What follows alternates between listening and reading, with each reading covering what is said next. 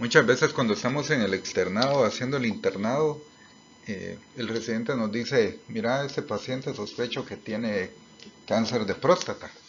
Hacerle sus marcadores tumorales y a veces resultamos pidiéndole toda la batería, sea 125, sea 15,3, sea 19,9, antígeno prostático, y de estos pues no hay necesidad de hacerlos todos. Un poco el objetivo de esta plática es que nos quede claro cómo funcionan los marcadores y cómo se utilizan estos en oncología moderna para poder sintetizar medicamentos que lleguen a atacar únicamente a las células con tumor y no a las células normales. Por eso el título de la clase de hoy son biomarcadores y medicamentos blanco. Mi nombre es Hugo Castro y soy oncólogo médico. Esta es la agenda. Vamos a ver la diferencia entre tumores benignos y malignos, qué es un biomarcador, qué es un genotipo y un fenotipo y cómo se secuencia un genoma. Tumores benignos y malignos. Creo que todos nos acordamos de las cuatro principales diferencias que hay entre un tumor benigno y un tumor maligno. Son la anaplasia, es la capacidad de infiltrar un tumor maligno, es la alta tasa de mitosis comparado con un tumor benigno y finalmente la más importante y que la que en último término diferencia que es un tumor benigno de un maligno es la capacidad de dar metástasis. Pero esa capacidad de dar metástasis no nace de un día para otro, ¿verdad? Regularmente se piensa que es una sola célula la que muta, agarra el fenotipo de inmortalidad, se comienza a reproducir y mientras más reproducciones tenga, se van acumulando distintos tipos de mutaciones y eso hace que de ser, por ejemplo, en el caso que les presento aquí, que es de un joven de un paciente masculino de 40 años con antecedentes de cáncer de colon en un hermano conocido desde los 15 años por poliposis adenomatosa familiar, cómo se va produciendo desde un pólipo adenomatoso que va adquiriendo hiperplasia, displasia leve, displasia moderada, displasia severa cancerosa, hasta convertirse en adenocarcinoma, que infiltra y por último término da metástasis. Esta diapositiva lo que ejemplifica es cómo, dependiendo de la etapa evolutiva en que se encuentre ese pólipo, esa célula normal, cómo va adquiriendo eh, protoncogenes que se activan y van produciendo el fenotipo maligno de inmortalidad, de resistencia a fármacos o de metástasis, y cómo también a la par se van produciendo supresores de los llamados antioncogenes, que son genes que prácticamente nos protegen del cáncer. Entre ellos el más popular es el P53, que es llamado la molécula protectora del genoma humano y que es la principal responsable para evitar que nosotros desarrollamos cáncer, porque se ha calculado que más o menos al día nosotros estamos produciendo 10.000 mutaciones capaces de producir cáncer. Ahora imagínense qué tan efectivo es P53 para evitar que se formen estos tumores, ya sea matando a la célula o corrigiendo el defecto que produjo. Entonces, lo de esta diapositiva es que, repito, un cáncer no se hace de un día para otro. El cáncer es una enfermedad unicelular, que esa única célula va reproduciéndose y en cada reproducción se van produciendo más mutaciones que no se logran reparar. Y ahí la célula va adquiriendo un fenotipo de displasia, eh, carcinoma in situ y finalmente un carcinoma invasor, pero es por la activación o inactivación de estos genes. Y aquí se menciona el KRAS en cáncer de colon, el HER2 que se produce en cáncer de mama, el MYC que es un factor que regula el ciclo celular, y aquí están los genes de reparación del ADN que también se van mutando conforme el cáncer va avanzando. En esta otra diapositiva muestra las mismas características anteriores, solo que en cáncer de mama, cómo va de una célula normal que tiene su P53 normal, que no está alterados o mutados los genes BRCA1 y 2 que provocan que se desarrolle el síndrome de cáncer de mama ovario, y como cuando va desarrollándose hiperplasia displasia van apareciendo factores de crecimiento como los receptores de estrógeno y progesterona y se van desregulando los mismos.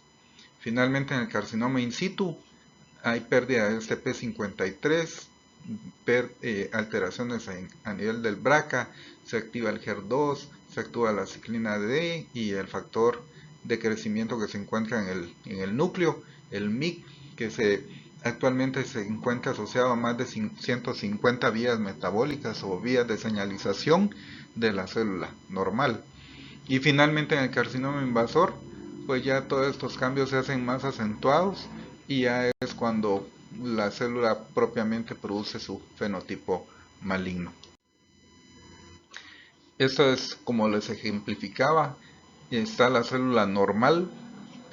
Cuando se le agrega factor de crecimiento, las células se dividen, y cuando este factor de crecimiento no se encuentra circulando en la célula, pues no hay división.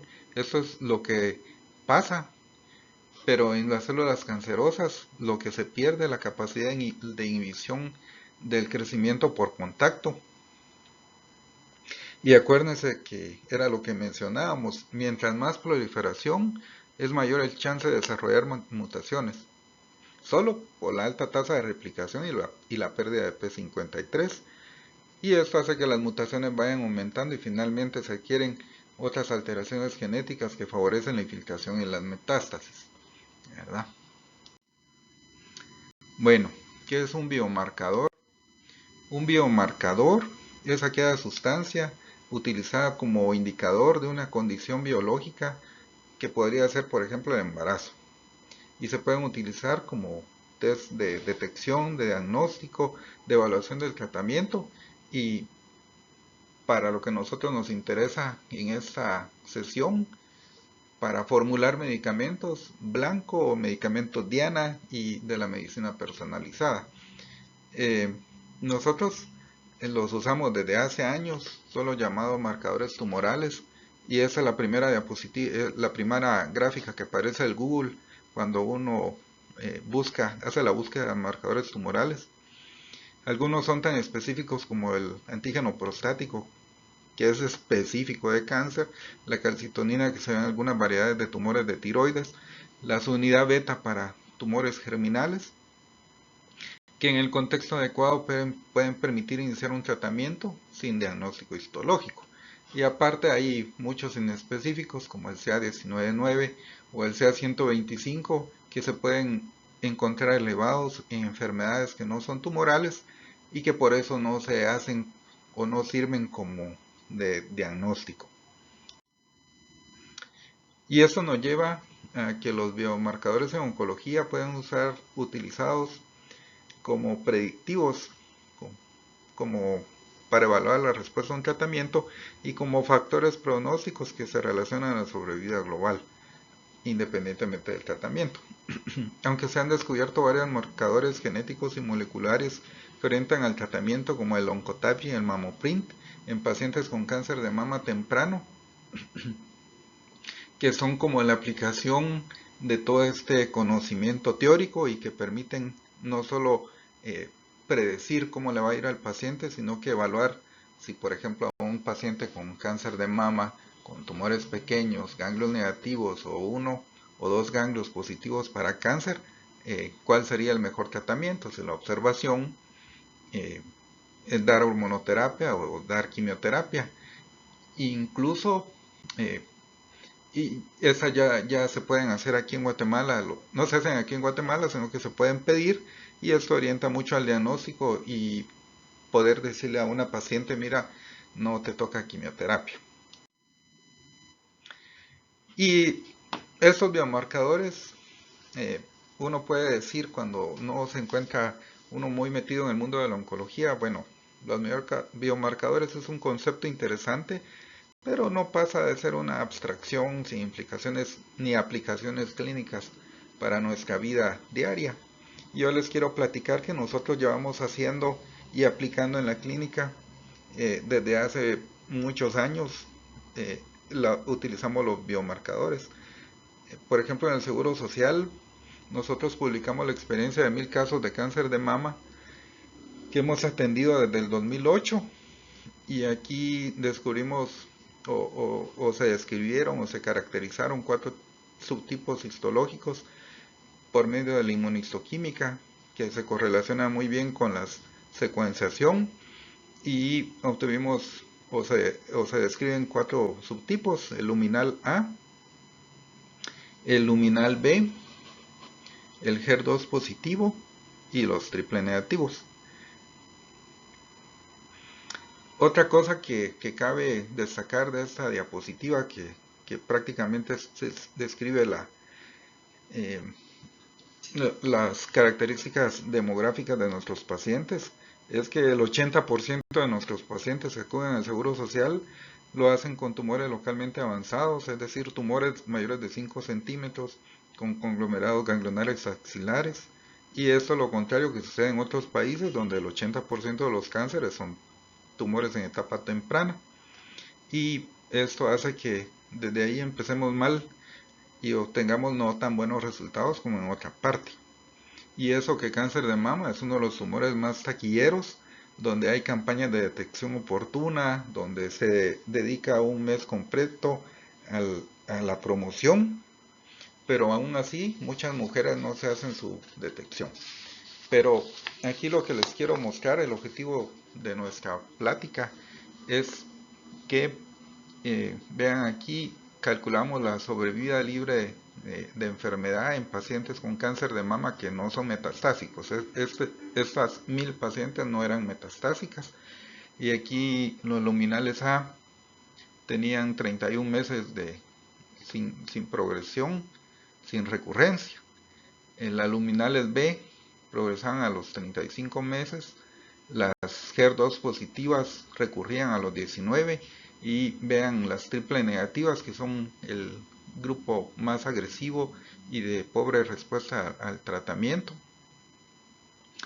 Y aquí les muestro la sobrevida global de esos pacientes, las luminales A 85 meses y las triple negativas 59 meses, ¿verdad? Hay más o menos 30 meses de diferencia en la sobrevida en estos pacientes. Y también describimos otras variables importantes, como era el grado histológico de los tumores, principalmente en aquellos tumores mal diferenciados. Solo el grado de diferenciación es un factor de riesgo independiente que lleva a tener peor pronóstico, ¿verdad?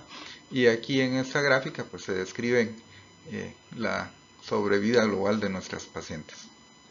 Esto lo publicamos en el año 2020.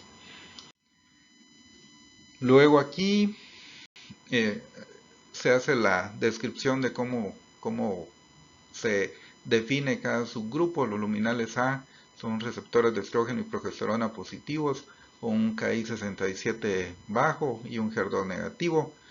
Los HER2 positivos son tumores con receptores de estrógeno y progesterona negativos, pero HER2 muy positivo. Y los triple negativos, que es una especie de canastra de desastre, son tumores que corresponden a una categoría que se llama basal-like, pero son más o menos, dependiendo de donde uno consulte, son de 6 a 8 características, donde los tumores triple negativo son como se engloban, ¿verdad? Pero del triple negativo hay mucho que aprender todavía. Es un tumor que no lo hemos terminado de conocer.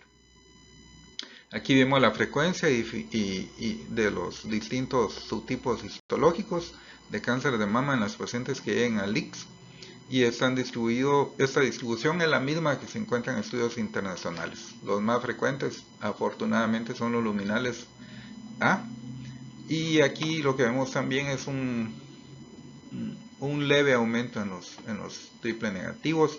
Los HER2 son tumores muy agresivos también, pero cuando los pacientes tienen acceso a un medicamento blanco que se llama trastuzumab, pues prácticamente estos tumores, estos pacientes tienen una sobrevida global mucho mejor que cuando no.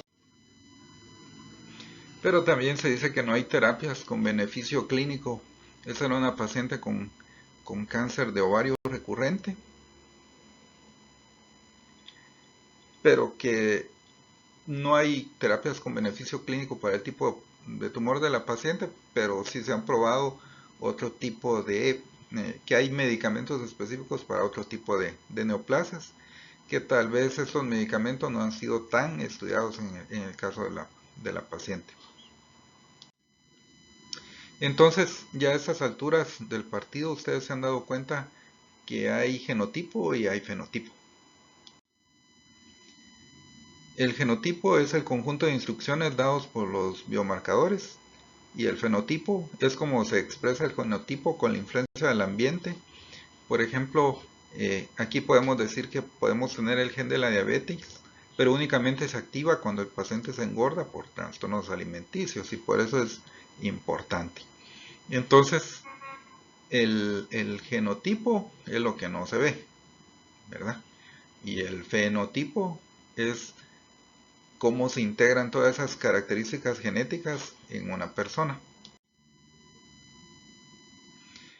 Entonces, esto nos lleva a que en otros lados el hacer una secuenciación del tumor es algo rutinario, pues permite establecer los principios de farmacogenómica, nutriogenómica, proteómica, que es un grupo de ciencias conocidas como ciencias ómicas, que en los últimos años ha cobrado relevancia y su sustento es conocer las alteraciones del genoma.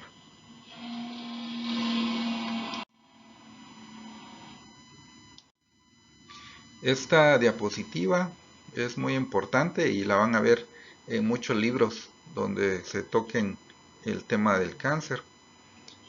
Son las llamadas señales del cáncer y aquí se ejemplifican las distintas alteraciones que una célula con cáncer presenta y lo más importante, por ejemplo, son las señales de proliferación sostenida, evitar la activación del sistema inmune y activar la telomerasa, que es una enzima que se asocia a evitar el envejecimiento, como también el tumor puede producir sus propios vasos sanguíneos. Fíjense que quien entiende y puede explicar toda esta diapositiva ya puede pasar por su diploma de oncólogo médico. En los recuadros se señalan los medicamentos que se están investigando o bien que ya están en el mercado eh, para tratar el cáncer. Es decir, en esta parte de la plática ya ven que los biomarcadores y los medicamentos blancos eh, ya hay algunos ejemplos que se pueden utilizar en la clínica.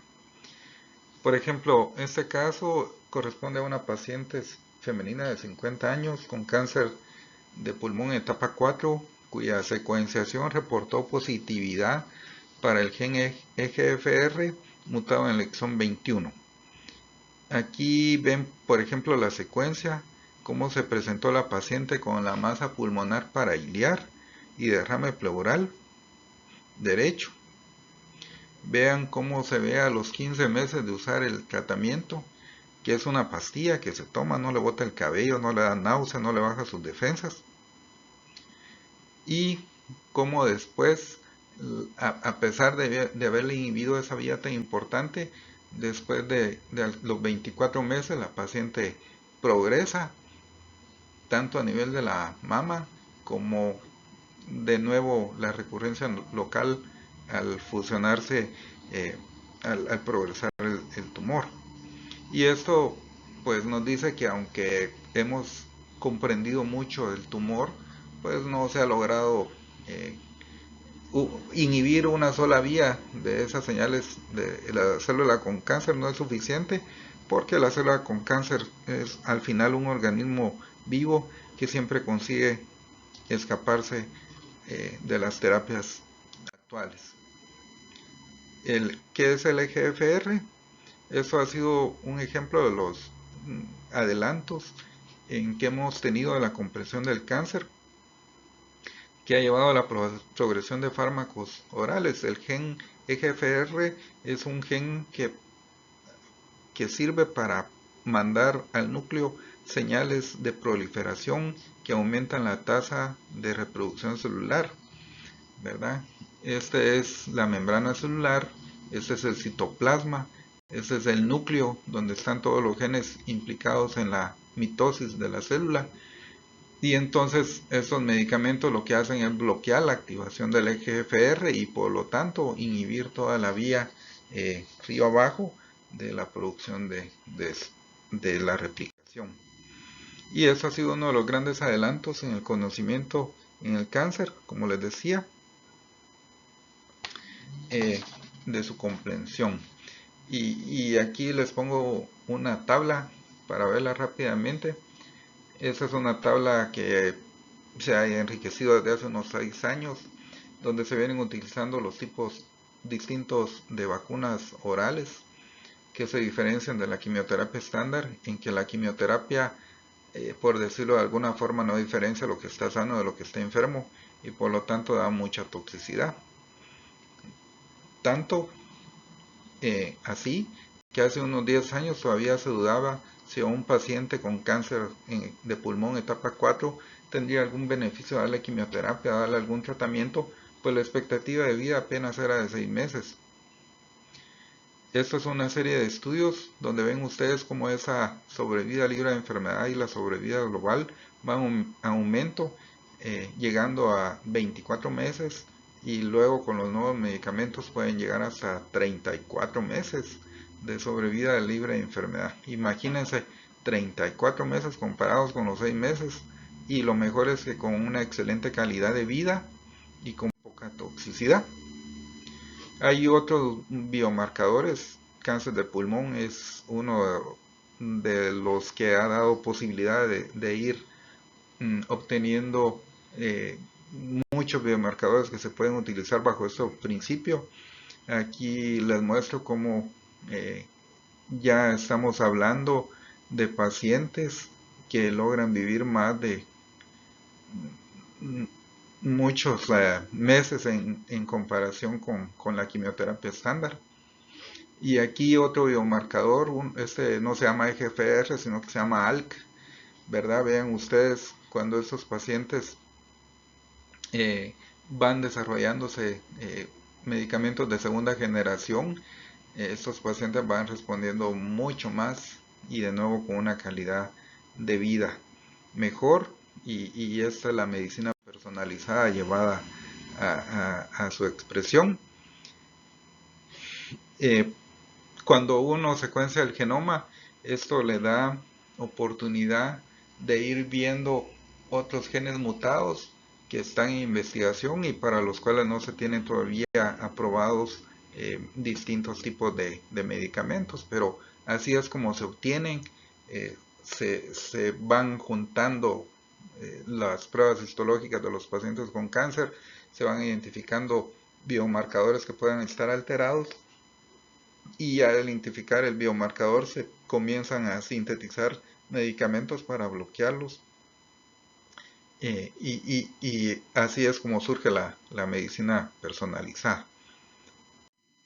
Esta es una lista que no está tan actualizada de los medicamentos y productos ya aprobados y que en la actualidad se utilizan bajo este concepto. No los vamos a ver porque ya se salen del objeto de esta plática, pero lo que les quería dejar demostrado es que no es una abstracción, sino que ya es parte de la vida cotidiana del oncólogo. Y recuérdense de esta imagen que es la que van a estar viendo cada vez que revisen algún artículo de oncología. Finalmente, la última aplicación y la que emociona más es la de buscar células libres de tumor, el Cell Search Free.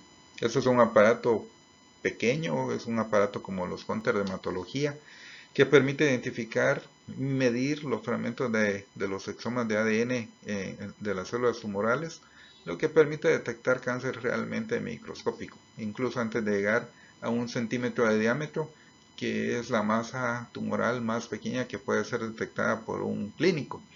Si ustedes se ponen a pensar que el cáncer se deriva de una sola célula, que es microscópica, realmente se ha calculado que para llegar a ese centímetro, en ese centímetro de células ha de haber por lo menos 1 millón de células, ¿verdad? Y entonces cuando nos ponemos a pensar que detectar una masa de 1 centímetro, que nosotros lo conocemos como la detección oportuna del cáncer, pues eso no es temprano. Realmente eh, esa célula lleva por lo menos unos 3 a 5 años adquiriendo todo ese fenotipo maligno.